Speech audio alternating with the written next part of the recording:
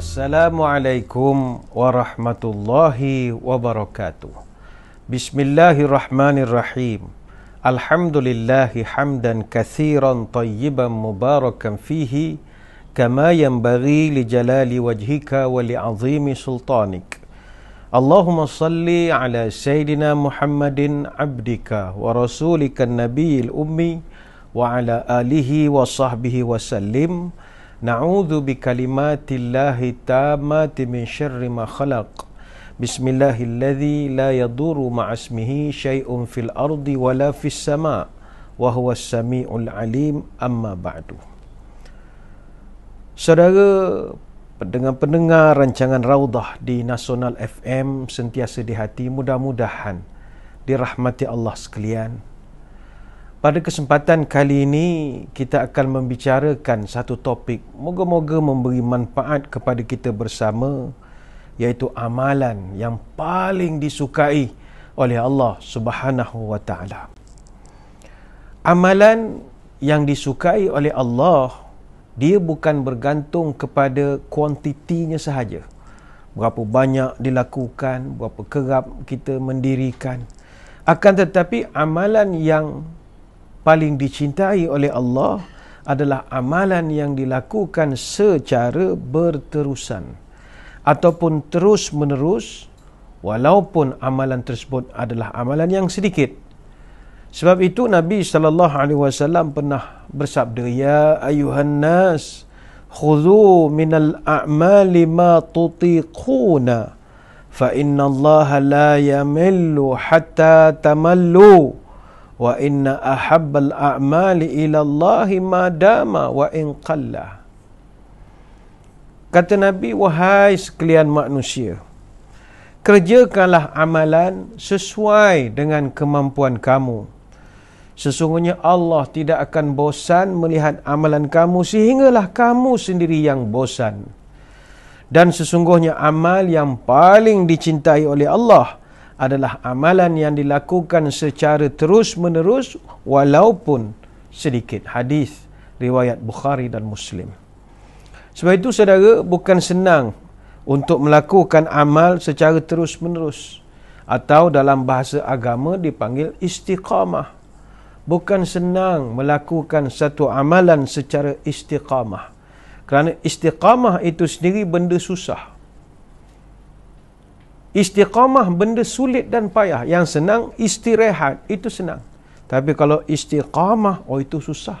Sebab itu Nabi SAW marah orang yang tinggalkan amalan-amalan salih selepas dia berpenat lelah mengerjakan selama ini.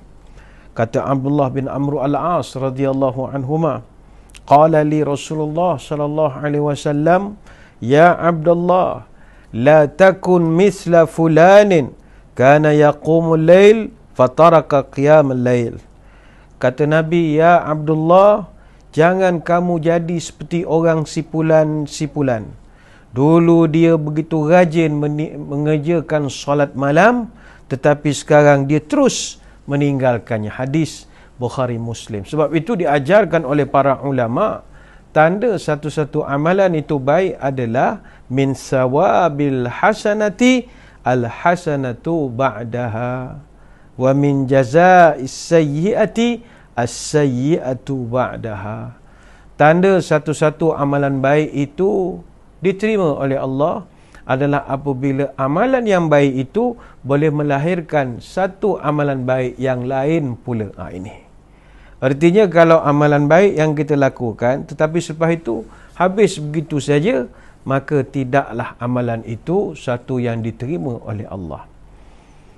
Ingatlah saudara, amalan yang banyak tetapi dilakukan tidak secara konsisten, ini bukan jaminan untuk mendapatkan surga Allah.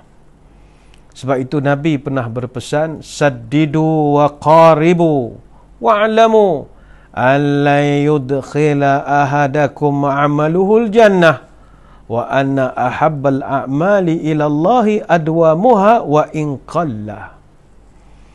Kata Nabi, tetaplah kamu berada dalam kebenaran dan bersikap luruslah. Ketahuilah bahawasanya amalan seseorang tidak akan dapat memasukkannya terus ke dalam surga.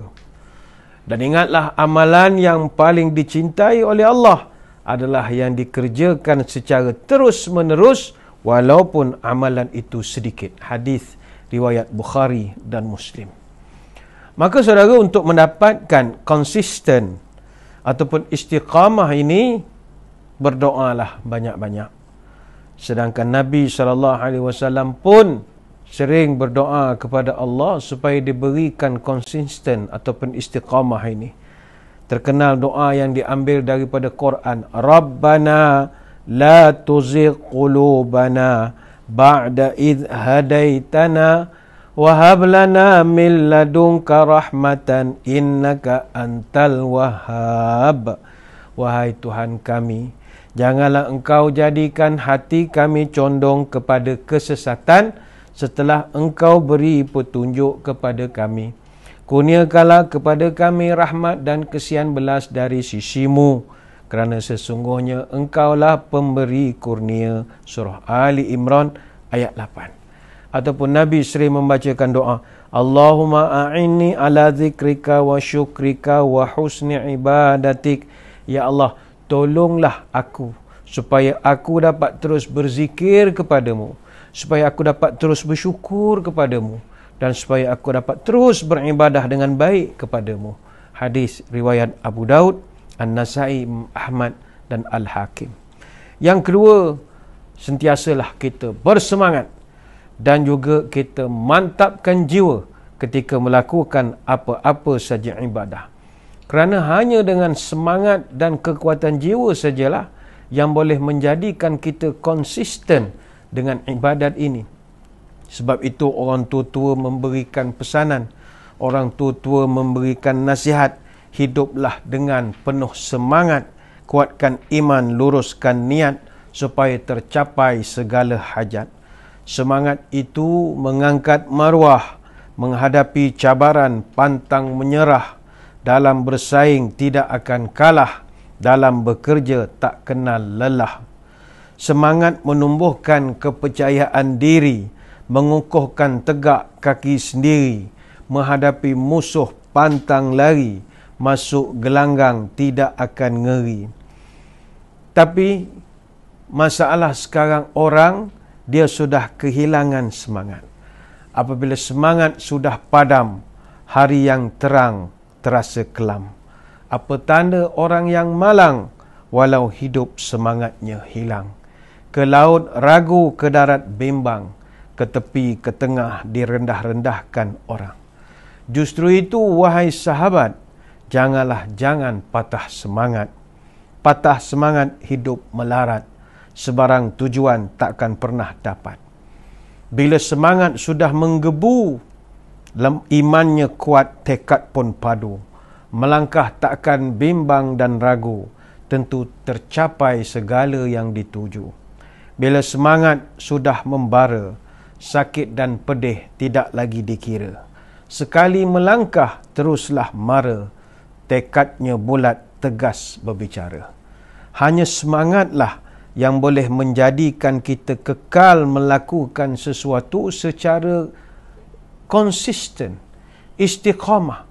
Dan inilah yang dikendaki oleh agama, melakukan ibadah walaupun sedikit tetapi berterusan. Kalau dia datang ke masjid, secara berterusan. Kalau dia puasa, secara berterusan. Ayolah wahai para sahabat, kuatkan hati, teguhkan semangat, supaya hidup beroleh manfaat, selepas mati beroleh rahmat. Selamat bersemangat dalam melakukan ibadat. InsyaAllah itulah amalan yang disukai oleh Allah Subhanahu wa taala. Sekadar itu, wabillahi taufik wal hidayah. Wassalamualaikum warahmatullahi wabarakatuh. Wallahu a'lam.